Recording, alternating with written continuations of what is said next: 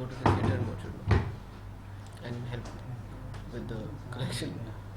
Rather than Friday, the reviews will already be out. Morning shows would have done. No, actually it pissed me off that they cancelled it दोबारा. No, right now what happens is the smallest things get delayed. I'm तो on high alert. Everybody around me is. और? You want me to be like this? Hmm? Thank you. Yeah, bro. Nice bro. तो Kunal, Johnny भाग रहा है, भाग Johnny, क्या है ये भाग जॉनी? भाग जॉनी एक थ्रिलर फिल्म है। इसमें बेसिकली अगर इसको राउंड अप करें ना तो कहीं ना कहीं कर्मों की बात की है इस फिल्मों में। हमने अक्सर फिल्में देखी हैं जिसमें थीम ये होती है कि जैसी करनी वैसी करनी, and everybody believes in the same, what goes around comes around. और जो सबसे इंटरेस्टिंग बात यह है कि जो कर्म एक इंसान करता है उसका असर सिर्फ उस पर ही नहीं लेकिन उसके इर्द गिर्द जो लोग हैं, जो उसके क्लोज हैं, उन पे भी होता है। तो इन्हीं सारी चीज़ों को मद्देनज़र रखते हुए एक हाई कॉन्सेप्ट थ्रिलर लिखी है विक्रम ने और शिवम जी ने डायरेक्ट की है, जिसमें जॉनी किरदार के थ्रू एक कहानी बताई है जब वो किसी मुसीबत में फंस जाता है और उसे एक मौका मिलता है। वो कैसे होता है वो फिल्म में आप देखेंगे। 2 ज़िंदगियाँ जीने का 3 दिन के लिए, जिसमें वो एक ज़िंदगी में किसी का खून करके भागता है और दूसरी ज़िंदगी में उसी लड़की की जान बचा के उसके साथ भागता है। तो दोनों ज़िंदगियों में उसके साथ क्या होता है और वो सस्पेंसेस पता चलते हैं कि ये इसे क्यों भेजा, ये लड़की कौन है, इसकी जान क्यों लेना चाहते हैं। वो दोनों ज़िंदगियों में उसे अलग अलग तरह से पता चलता है और अलग अलग सर्कमस्टांसिस में दोनों जॉनी जो 2 अलग अलग ज़िंदगियाँ जी रहे हैं उनमें फंसते हैं और उससे किस तरह निकलते हैं, क्या होता है, कौन सी ज़िंदगी वो चुनता है जिसके साथ फिर फिनाले एंड होता है फिल्म का। तो यही जोन है फिल्म का। कमर्शियल फिल्म है, सॉन्ग, डांस, ड्रामा, एक्शन सब कुछ है, बट जॉनर अगर कहें तो एक थ्रिलर है। जो अपने बारे में कुछ बताइए। तो मैं तान्या नाम की लड़की का रोल निभा रही हूँ इस फिल्म में। तान्या थाईलैंड में रहती है, अकेली रहती है, इंडिपेंडेंट है और अचानक से एक दिन वो ऐसी सिचुएशन में आ जाती हैं जहाँ पर उसके पास और कोई चारा नहीं है बल्कि ये जो स्ट्रेंजर उसके सामने आ गया है उनको ट्रस्ट करके उनके साथ भागना है अपनी लाइफ बचाने के लिए। तो वो भागती है और भागते भागते स्टोरी अनफोल्ड होती है और उसे पता चलता है कि ये कौन है, ये लोग कौन है, इसे मारना क्यों चाहते हैं। उसको अपनी ज़िंदगी के बारे में ज़्यादा जानकारी मिल जाती है। और ये फ़िल्म मेरी फ़र्स्ट फिल्म से बहुत अलग है क्योंकि मेरी डेब्यू फिल्म में मैंने हाई स्कूल लड़की का रोल निभाया था। इस फिल्म में मैंने एक्शन किया है, ड्रामा भी है, रोमांस भी है, तो बहुत अलग सा एक्सपीरियंस था। और हाँ, अभी हम देखना चाहते हैं कि ऑडियंसेस को क्या लगे।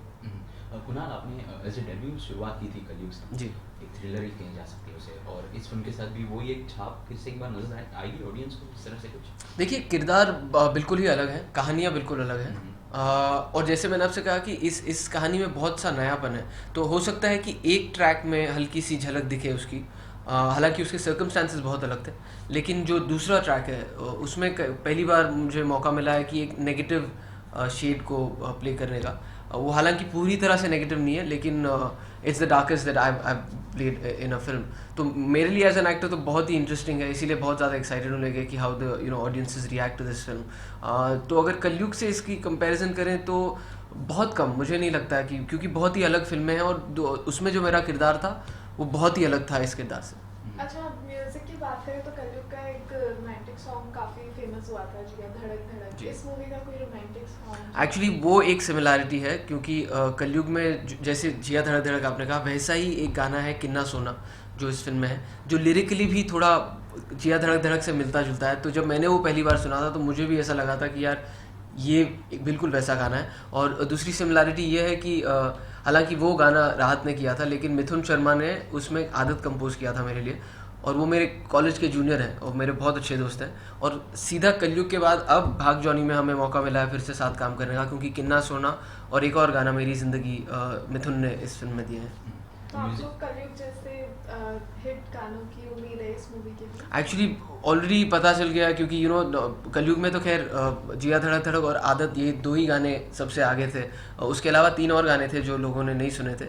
लेकिन इस फिल्म में पहली बार ऐसा हुआ कि एल्बम के जो 4 गाने अभी बाहर हैं, वो इस कदर, किन्ना सोना, डैडी मम्मी या आंखों आंखों में, ये 4 ही गाने they in the charts and people love these songs. तो बहुत खुशी है ये जान के कि फिल्म की रिलीज से पहले गाने अगर पॉपुलर हो तो that definitely helps the opening and the box office of the film as well. Poster की बात करें तो थोड़ा erotic लग रहा है. Can it be termed as erotic thriller or something? It is not actually an erotic thriller. Film के अलग अलग पोस्टर्स हैं एक्चुअली. अगर आप देखेंगे तो मैंने भी जो पोस्टर शेयर किया था वो जो फेसेस का है, अभी फाइनली मेरे ख्याल से ऑफिस में ये पोस्टर पड़ा हुआ है. तो और हर पोस्टर में एक एक पहलू दिखाने का कोशिश की गई है. इसमें रोमांस पे ज़्यादा कॉन्सेंट्रेट किया है. जो मैंने पोस्टर शेयर किया था उसमें वो थ्रिलर एलिमेंट है क्योंकि वो दो जॉनी है फिल्म में. तो it's basically a thriller. It's erotica है नहीं इस फिल्म में. देखिए एक UA रेटेड फिल्म है. Okay. तो it's a film meant for the family audiences. Zoa, how was your experience? Share something about with us. My experience was मैं बोल सकती हूँ कि मैंने बहुत कुछ सीखा है इस सेट पर. सब कुछ मुझे पहली बार करने को मिला है, जैसे कि मैंने कहा था एक्शन वगैरह. और कुणाल जिस एक्सपीरियंस के साथ आते हैं वो बचपन से काम करते आ रहे हैं. Aamir Khan and Mahesh Bhatt and Ajay Devgan. तो मैं चाहती थी कि मैं जितना सीख सकूं मैं उतना ले लूं इस फिल्म से. और शुरू से लेके अंत तक मैं तो जाके मॉनिटर के सामने बैठ जाती थी जब मैं शॉट नहीं दे रही थी, देखने के लिए कि कुणाल कैसे एक्टिंग करते हैं और किस तरह के सवाल पूछते थे शिवम सर से. और मैं बड़ी अमेज हो जाती थी कि वो कैसे सोचते थे सीन के बारे में. आई गेस कि वो एक्सपीरियंस के साथ आता है. तो हमेशा मुझे बड़ा अलर्ट रहना था क्योंकि मुझे सीखना था as much as possible to take from his experience. And he is been very helpful. And कभी कभी तो मैं कैरिड अवे भी हो जाती थी, भागती थी कुणाल के पास और बोलती थी अगर तुम्हें ये सीन करना होता तो तुम कैसे करते. और वो मेरे लिए एक्ट करते थे और फिर मैं उनको कॉपी करके शॉट में करती थी और फिर शॉट एकदम सुपर होता था. तो मैं फिर बार बार भागती थी उनके पास और कभी कभी वो बोलते थे Zoya shut up and do it on your own now. So he was very patient with me and हाँ मैंने बहुत कुछ सीखा है. कुणाल, आप कुछ कहना चाहेंगे Zoa के बारे में? ज़ोआ के बारे में मैं यही कहता हूँ कि ज़ोआ तो फिल्म में जब आई सेट पे तो मुझे हमेशा एक बच्चे जैसे लगते थे वो, क्योंकि वो एलिस इन वंडरलैंड की तरह वो हर चीज़ को लेकर इतना सरप्राइज और अमेजमेंट रहता था उनमें और बहुत एक्साइटेड रहती थी हर दिन काम में, which was a great quality because she really wanted to add to the film. उनका वो लेड बैक एटीट्यूड नहीं था कि हाँ हो जाएगा. वो नर्वसनेस थी, वो नर्वस एनर्जी थी which I think is very important for an actor to kind of do well. But वो एक बार उससे जब निकल गई, जब वो नर्वसनेस के पहले तो बात भी नहीं करती थी 1-2 दिन, वो एकदम डरे डरे से रहते थे. But one she kind of came out of that उनकी परफॉर्मेंस में भी फ़र्क पड़ा और बहुत अच्छा हुआ कि जब वो नर्वसनेस वाले दिन थे उस दिन हम सिर्फ भाग रहे थे तो परफॉर्मेंस की ज़रूरत नहीं थी. तो जब तक एक्टिंग पे बारी आई तब तक ज़ोआ थोड़ा खुल चुकी थी. And then she got better and better every day and I know that the more she does it the better she get. Kunal, you are one of those actors who have explored many genres. Comedy हो गया, action हो गया, thriller. तो ऐसा कोई genre जो आप मतलब सोच रहे हैं कि बहुत वक्त के मेरे जहन में है, I want to work on this. Yes, I actually दो अलग अलग किरदार हैं जो मैं करना चाहता हूँ. एक तो मैंने रोम कॉम या रोमांटिक फिल्म ऐसी कोई नहीं की है, और एक नेगेटिव कैरेक्टर मैंने हार्डकोर नेगेटिव कैरेक्टर प्ले नहीं किया है. तो ये दो चीज़ें हैं जो बची हैं और बिल्कुल चाहता हूँ कि जितनी जल्द हो सके अच्छी स्क्रिप्ट मिले और करूँ. अगर फिल्म मेकिंग की बात करें तो एनी ऑफ द फिल्म, कोई भी एक फिल्म जो आपकी बहुत फेवरेट हो या किसी ना किसी तरह से आपको इंस्पायर्ड की हो. पहले कुणाल एंड लेटर ऑन. बहुत सारी फिल्में हम फिल्मों में आई इसलिए हैं क्योंकि we been such big fans of movies and film से ही हमने सीखा है और उसी से वो चाह हुई कि हम एक्टिंग करें या फिल्मों से जुड़ें. तो ना सिर्फ हिंदी फिल्में but all over the world cinema में बहुत सारी ऐसी फिल्में हैं. लेकिन टू नेम अ फ्यू अगर हम अपनी इंडस्ट्री से लें तो दीवार is I think my number 1 favourite of all times. That's my favourite film. In fact काफ़ी लोगों को शोले सबसे ज़्यादा अच्छी लगती है, मुझे शोले से भी अच्छी दीवार लगती है. The screen play, performances, dialogues, अंदाज़ अपना अपना in the comedy space is one of my favourite films. जो जीता वही Sikandar is one of my favourite films. तो बहुत है एक्चुअली फिल्म्स पे तो हम एक अलग से इंटरव्यू कर सकते हैं. हाँ मेरा भी फेवरेट आई गेस हर हफ्ता बदलता रहता है, पर रिसेंटली जो मुझे याद है क्वीन, मैंने इतनी बार देखा फिल्म को और हर बार मुझे इतना मज़ा आया. And such a light hearted fun movie. तो अगर मूड भी ख़राब है और वो फिल्म चालू कर दो, it just lights up your you just feel happy from inside. So I like those kind of films that make you happy. Kunal, has life changed after marriage?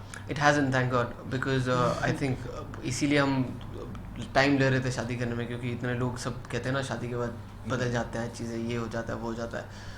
तो हमने तो इसीलिए घर ही में शादी की कि हमने कहा इतना भी बदलाव नहीं करेंगे घर से बाहर चले जाए. But so thankfully no, nothing is change and it's great. It was good before we got married and it's even better now. तो जोड़ी देखने मिलेगी फिल्म में कभी किसी दिन? जैसे ही कोई ऐसी स्क्रिप्ट हो जो हम दोनों को बतौर एक्टर्स पसंद आए तो करेंगे, नहीं तो कोई भी ऐसी फिल्म कर लेंगे और वो फिर बोलेंगे बकवास थी. तो ज़्यादा नर्वसनेस रहेगी क्योंकि साथ आएंगे. So we definitely want to do something which is out of the ordinary and is worth actually putting us together. Perfect. तो फाइनली व्यूअर्स को क्या कहना चाहेंगे आप जॉनी के? बस अब अभी तो हमने इतना ऐसा लग रहा है हम पॉलिटिकल रैली कर रहे हैं, और हम कभी कभी sorry if you looking a bit tired because we been talking about the film so much, लेकिन यही कहेंगे कि 25 सितंबर इस फ्राइडे को फिल्म थिएटर्स में आ रही है। I promise you that it's a high concept thriller that you will enjoy and you can watch it with the whole family. तो प्लीज़ आए and enjoy this commercial film with a really nice message actually. और मैं कहूँगी कि जब मैंने ये कहानी पहली बार सुना था, मुझे इतना मज़ा आया था और मैं इतनी शॉक हो गई थी कि इतना इतनी डिफरेंट कहानी है ये। तो आई होप कि आप लोगों को भी ऐसा ही लगे। It kept me on the edge of my seat and I hope it does the same for you to.